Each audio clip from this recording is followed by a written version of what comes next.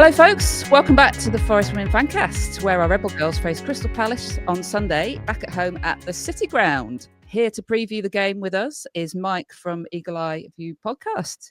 Mike, thank you so much for joining us. How are you, mate? You're welcome. Thanks for inviting me. And I'm doing good. Thank you very much. How are you? Yeah, really good. Really good. Looking forward to the weekend. Of course, Ollie is alongside me as always. How are you doing? I'm very well, good, thanks. Looking forward to the game, the Davis Allen derby. It's criminal that no one's mentioned that yet. I know. As I said on our post match, if you don't know what that is, just look it up. Just look it up. You should know, really. Anyways, moving on.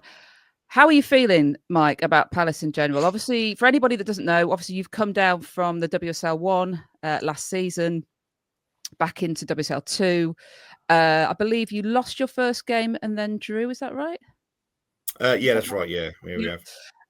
So how are you feeling generally as a Palace fan? How was it being up in the being up in the top league and then being relegated and here you are now? How are you feeling about life as a Palace women's fan?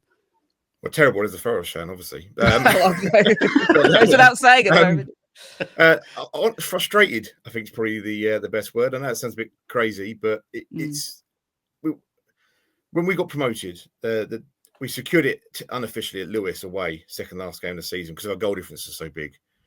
And it was an incredible day. We had a big little crowd down there, and it was just great atmosphere, great result. All the players are partying in the car park afterwards, and we kind of peaked. And then I'd always feared the WSL would kind of swallow us up a little bit because the gulf is so different between every tier. And I know with the men's side, every time we went up into Premier League, we'd get relegated, things would fall apart at the club and we'd be a mess and start again. And I was worried about that for the women.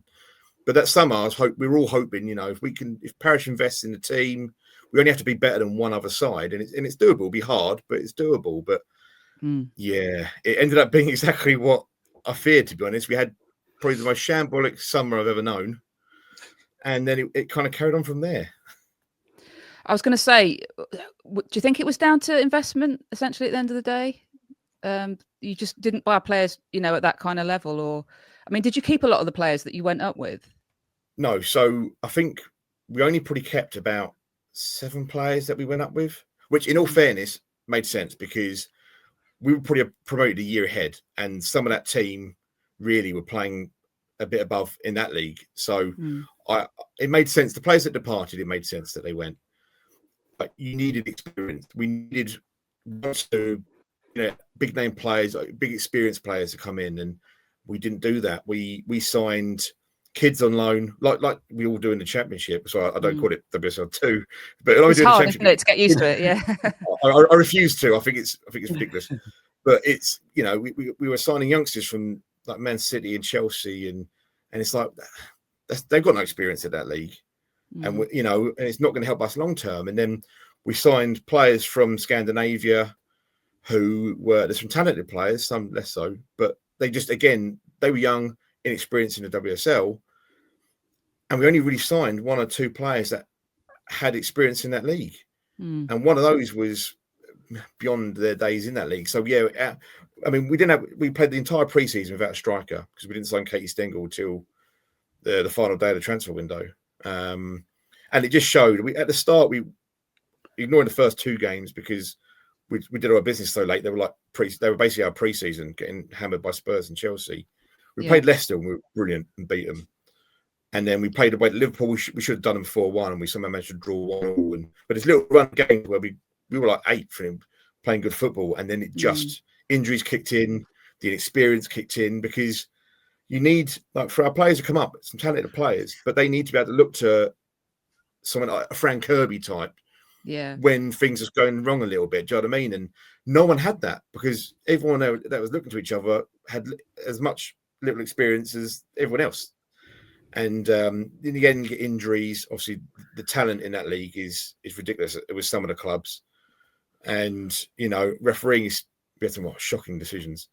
But yeah, it just spiraled, and then we didn't do the get the experience we needed in January, and unfortunately, Everton invested, Leicester revitalised, and we just kind of making mistakes, so many mistakes. If you look at a lot of our goals, they were either balls playing behind, where our defence was too slow to be able to catch up with them, or it was us making errors. I mean, we lost 1-0 at home to United, where Cheyenne is in goal, and she played it was the worst pass possible to aim in the edge of the box, and they just ran in and got it and scored in an open goal, and we lost 1-0. You know, and that day the team went bottom one, and we went bottom, and we had a lot of goals like that. So yeah, experience is massive, and I think you're even seeing it now with London City. I mean, the money they spent is ridiculous. I mean, fantastic, but also ridiculous. But at the moment, they've got no real experience. They've got no experience together, and not much in that league. And they've been shipped, you know, done what 4-1 and 5-1 or 5-0 already. And I mean, they'll get points, but I mean, they're lucky this season. You only have to win one game to stay up, and that's the playoff against the third place team. Which I tell you now, it doesn't matter who it is, they'll win it, because last season we were getting turned over by everybody in the league. I mean, West Ham did us 5-2 away and like 7-1 at home or something stupid. West Ham, for Christ's sake. Yeah. But when we played the championship teams in the cups, we beat everyone easily. Yeah. So that third place playoff, I think, you know, say London City could lose all 22 games, they'll win that playoff game, and then they stay up. And experience is massively important. So what did you think about Laura Kaminsky? Do you think she should have been given a bit more time, or were you happy with her as manager? Mixed bag. We had a big detailed talk about it at the time, and I can understand why the club did it. Yeah.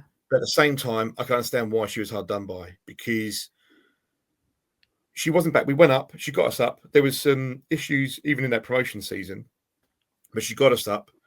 And we started off after those first couple of games. We had that little good run, and we were getting some results. But she wasn't back. She had, you know, in the summer when she needed massive backing early, she got very little and late.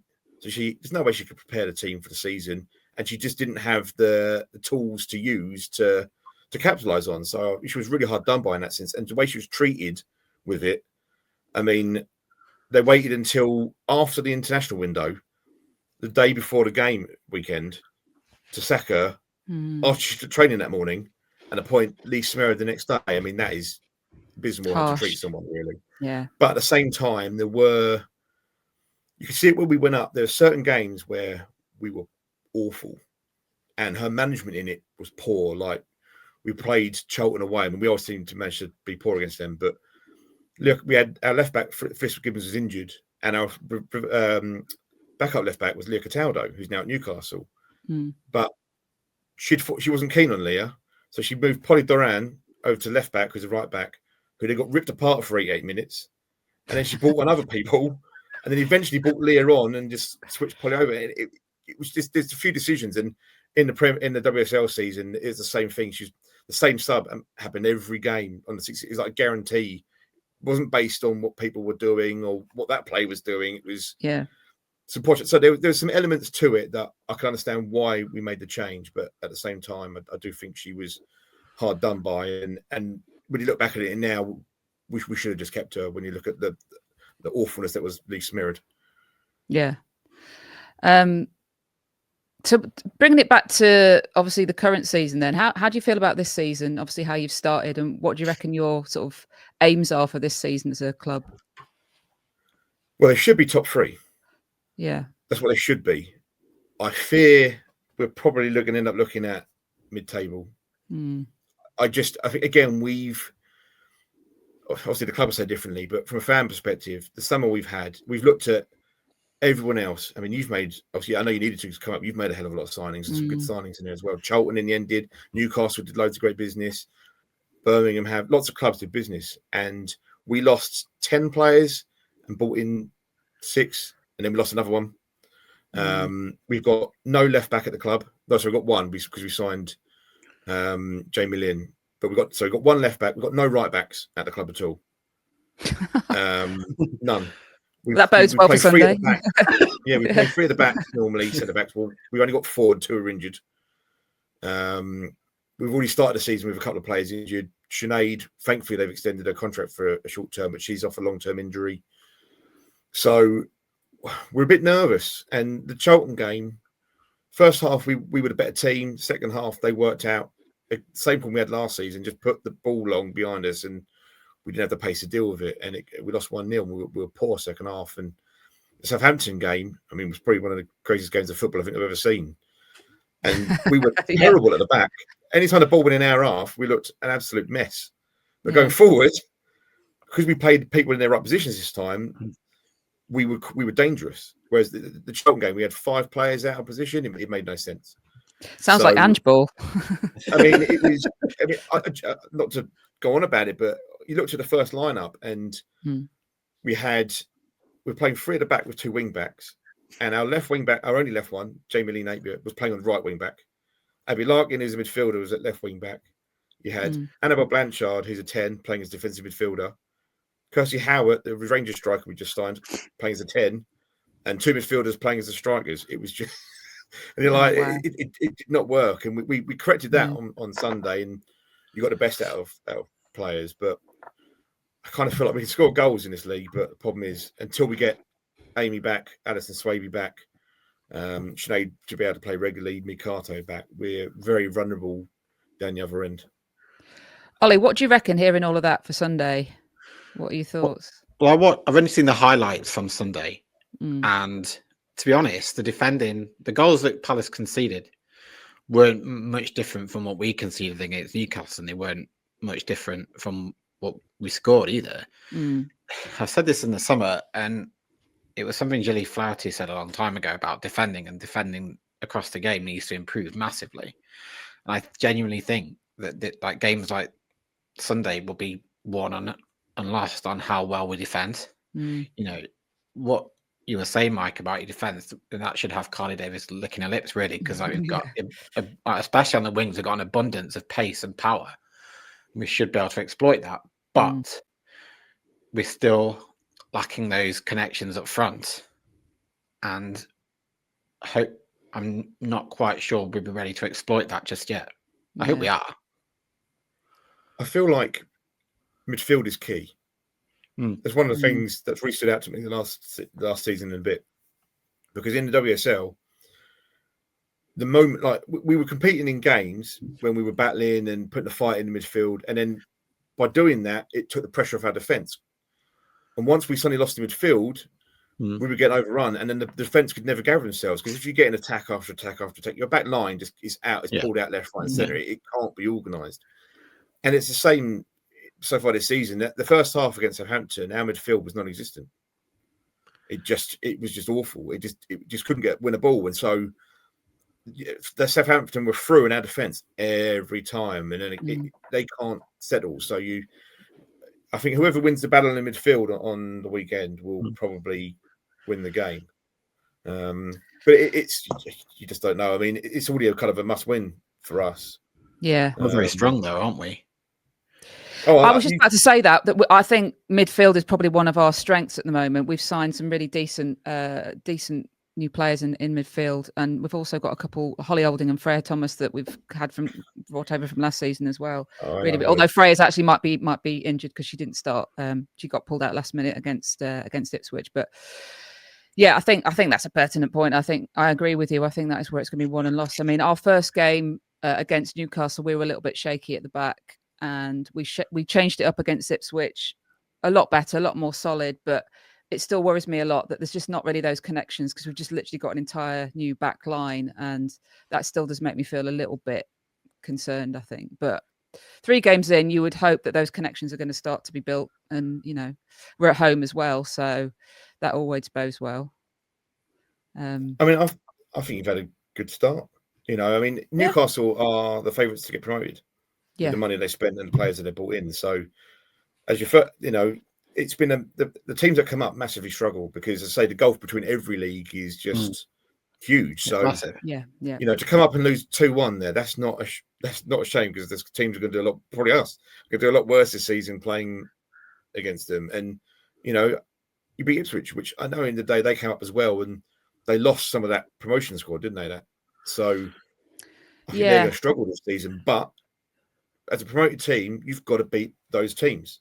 And you've gone there and you've beat them, you've kept a clean sheet. And, I think that's a good foundation for you. Whereas I feel with us, we're a bit all over the gaff at the moment. So, it's tricky. But we've got players. I mean, Ashley Weirden is so talented. She should walk this league. You know, and Annabelle Blanchard was back to her best on Saturday or Sunday even, and you know, Husey got 45 minutes for the first time she's played that in a year. So Sinead came on. So there's elements there that I think we could really cause teams a lot of problems. But as I say, it's that the other end of it. But I mean, I'm kind of hoping Holly plays. I won't lie. She'll probably score a screamer against us because she only scores screamers. But at the same time, I fancy up a against you if Holly's in it, to be honest with you, because obviously she played for us for a few years ago. Ah, okay. That should be interesting. My next question was actually, you know, who should we look out for in the Palace team on Sunday? You've sort of answered that question, but is there anybody else that springs to mind that you think, you know, will catch the eye or we should be fearful of? I mean, Annabelle and Ashley are key on Sunday in the first half. That we relied on them. They were the two outstanding players that Southampton struggled with, and you look at our 2 goals, and it came through them. Abby Larkin, who hasn't really made an impact that just by the amount of games she keeps getting, but she got 2 goals on Sunday. She got the second one's a fantastic finish. It was. And then she missed a sitter at 4-4, where she's just got to put it in and she drew it into the bar. And so she could have had a hat trick and won the game. And, you know, but I mean, Justine Van Havermatch has come in very tall. Although doesn't win headers so far. But she, because I'm thinking she must win every header. Because last season she scored against us where we put the shortest player on the pitch to mark her, and she scored a header. We thought this is great. We're going to score loads of goals from headers. And the Charlton game, we had 3 corners, put 2 into the near post netting, and 1 we played short. And then at Southampton, she scored from 1. I thought, here we go, brilliant. And when you look back at it, she ducked, turned around, and it hit her back and went in. So she still wasn't really winning headers. But second half, she was much better. And again, it's that settling down and kind of get up the speed of it. But yeah, I mean, Ashley and Annabelle were key, and I'm hoping Husey starts, but I'd imagine Joe will probably still go with Kirsty. What are your thoughts on Joe then? Quite a young up-and-coming manager, isn't she? So come from Rangers, hasn't she? I think, is that right? Yeah, she's come from Rangers. She was assistant manager for that Coventry United Great Escape team. Right. Yeah. And she'd been elsewhere in the Championship, so she had a bit of experience before she went up there. And obviously, she's successful at Rangers. I was really pleased with the appointment. It's hard because there's not many options. Obviously, in the men's game, someone gets sacked, and you think, well, there's this guy. There's, you know, the same people circulating all around the time. But in the women's game, there aren't as many managers around at the moment. So when you sack someone, it's really hard to compile a list of who. I mean, we were thinking Matt Beard would have been our choice. Yeah. But when Joe was announced, I was really pleased with it. And I thought it was a good appointment. Was really looking forward to seeing what she does with us. There's already been more of a connection with her to us than there was definitely with Smerud. But at the same time, when you look at the opening game and 5 players out of position, and you look at some of the performances and stuff, it's still very early doors in terms of what we're actually going to do on the pitch. It's still early doors. But then Laura drew the first game and won the second, and then we absolutely destroyed Durham, and then she was loved forever. Yeah. You might not know, Durham are our bitter enemies. I didn't know that. The women's game. There's less of a thing with us in Brighton and Charlton. You know, no one cares about Charlton Palace, but Durham, through games over the years, have become our mortal enemies. So, and we did a 9-1. We went up 9-1 at home and 5-1 away. It was just sheer beauty. It's a bit like us and Wolves, really, wasn't it? I thought I was going to go with that as well. Yeah, similar. Like not logistically, nothing there at all, but just in terms of rivalries and, you know, they pushed us all the way last season. Fair play to them.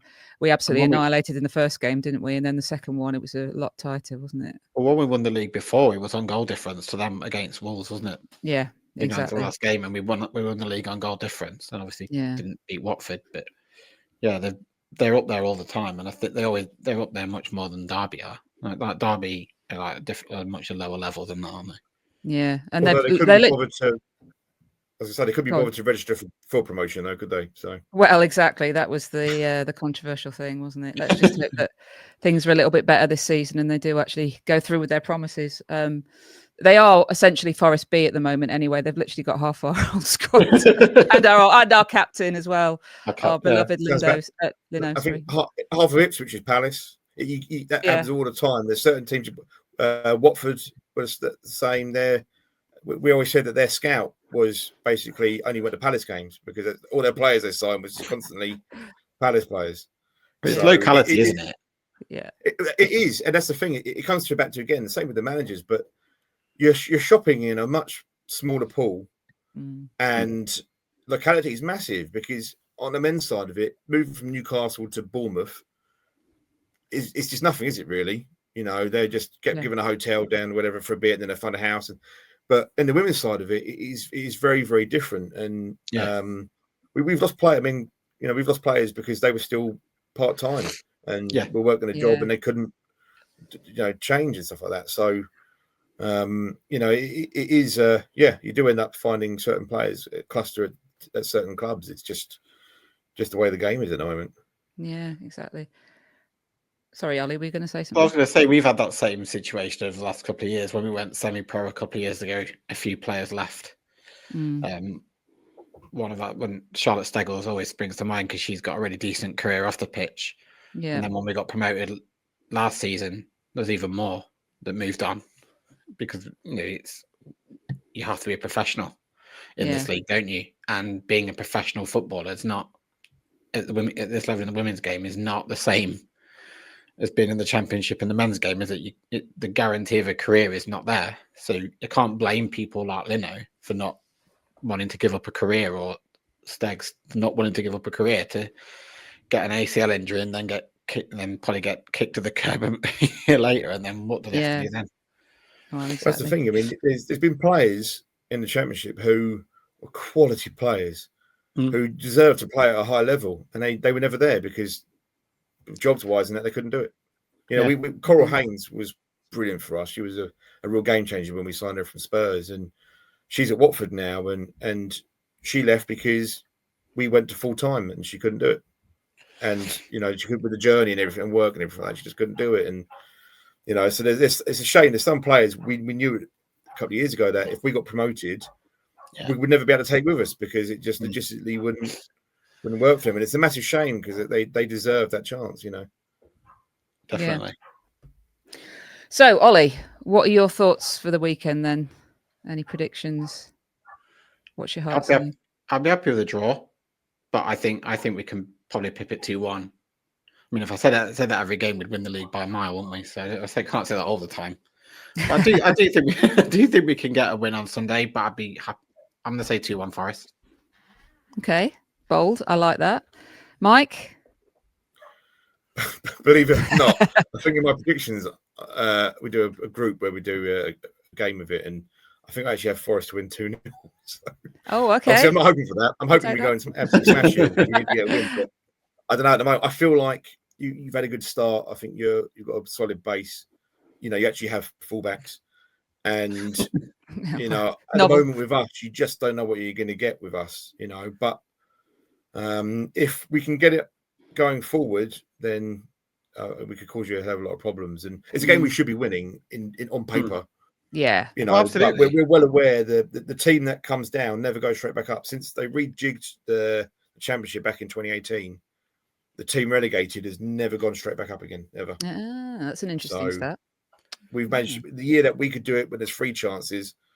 It's typical Palace that we'd find a way not to make those 3 spots. So it's hard to tell us. So at the moment, I fear it could be a Forest win. How about you? Wow. I would definitely take that. I think we'll definitely give you a lot of respect. I mean, as you say, at the end of the day, you're newly relegated. You've just been in the WSL 1, so you know you should, on paper, as you say, be favourites, one of the favourites to go up. I have a feeling that there's going to be a lot of goals in this game. I think it's going to be a game where we start ticking. But I think, as you say, Palace have got all those threats, very dangerous, can do us a lot of harm. And I've always got to back the girls. So I reckon it's going to be 3-2 to Forest, but I think it's going to be a very, very tight game. And it should be tasty. I think it should be an interesting game. It'd be interesting really because I think if the way we are defensively could give you overconfidence. I think that's what happened to Southampton on Sunday. And in the second half, we made changes at half time, which turned us around. And in the second half, even though they scored the penalty and then like bizarre goal from a ridiculous angle, but we were dominant. We were all over them. And in the end, they had to make the substitutions to basically be able to. They stopped attacking. They had to flood the back, just stop all the space that we had because they just couldn't handle it. So it'll be interesting to see. I feel like it depends which way that first goal goes. It's a really good point about the overconfidence thing, because Carly Davis, while she's been at Forest, it's her first head coach job, and she's sort of built the early stages of her career camping out in opposition boxes. It's complete. We were playing last season regularly, especially at home, playing against the lowest blocks I've ever seen. We could, you could have played two defenders, and it probably wouldn't have made much of a difference in terms of the numbers, because the teams were so defensive, and that's how Carly's got used to playing. It's going to be very different this year, where we can't just spend 80 minutes with 7 or 8 players forward because we'll get punished. Yeah, the longer the season goes on as well, that will get exposed massively. It seems that you get it a lot of the time. Pro teams come up in those first couple of games, things can go well because you buzz in and it's all clicking from the previous season. But as the season wears on, that kind of thing would get exposed massively in this league. And that's the thing. Like with us, you could probably put a lot of pressure on us defensively, but if we can get it out, if you're doing that, Ashley with her pace, Annabelle on her own can weave her way through 3 people. We can move the ball when we're on it, quick, and we're carving you open. So it'll be an interesting game. It's gonna be a tough game. I think it'll be a really, really tough game. And I know it sounds silly. We just, for our fan base, we desperately need a win, because we saw 2 league wins all of last season, and a hell of a lot of hammerings, and it grinds you down. It's tough. Demoralising. The things that went on with it, not just because we're Palace fans, we're used to losing games. I've seen us lose a billion games, but it's not just losing, the way we were losing, the things that were happening, the way things were organised off the pitch before, and the whole way of the season, the Smerrid thing, and it took a real hit to the fan base. And the summer hasn't really rejuvenated it, and the start of the season hasn't really rejuvenated it. I mean, our crowd, I don't know if you know anything about us, but we became quite well known for all our flag game, as it were, because we started doing all the flags. So our section is, it's just absolutely got about 23 flags now, and we were known for that, and our constant singing. And we went up to Blackburn, 9 of us, and outsung their entire crowd for the game. We were known for it. And last Sunday we were fairly flat, to be honest with you, because we just need that pick me up, and the way we were playing wasn't it. And ironically, the 2 things that kind of perked us up was a Southampton fan came and stood down our end the first half, and with his red and white woolly hat on and a scarf he had, he looked like "Where's Wally?" Which I chose to point out, and then we started singing "Wally, what's the score?" and all. I love it. And there's some Southampton fan down the other end who sounded like, he wasn't, but he sounded like your typical drunken sailor, kind of voice. And someone picked up on it, and he became the pirate. And so we did so many songs with pirate voices, and that kind of perked us up, and then the second half was really lively and great fun. But we just need something. As football fans, you don't expect to win everything, but you need belief, don't you? You need something to make you believe, right, we can go to a game and we can win a game. We can get a result here. And if we don't, we know we're going to work our socks off in the process. And we're just in a desperate need at the moment for that bit of a pick-me-up to kind of just rejuvenate us, really. Yeah. I think that's a really profound point to leave it on. I'm really excited for Sunday. I think it's going to be a great game. And I think we're going to have a decent crowd in on Sunday. Really looking forward to it. Mike, thank you so much for coming on. Really, really appreciate it, mate. Would you like to plug your podcast and anything else that you do? Yeah, love to. Yeah, it's so Eagle Eye View is what I run as. We run the Crystal Palace Women's Show. So we record it on Twitter Spaces or X Spaces these days. And then it's on Spotify as well. It gets put on Spotify. So, it's 2 old blokes waffling on for ages. Got a reputation. But, we care about the game.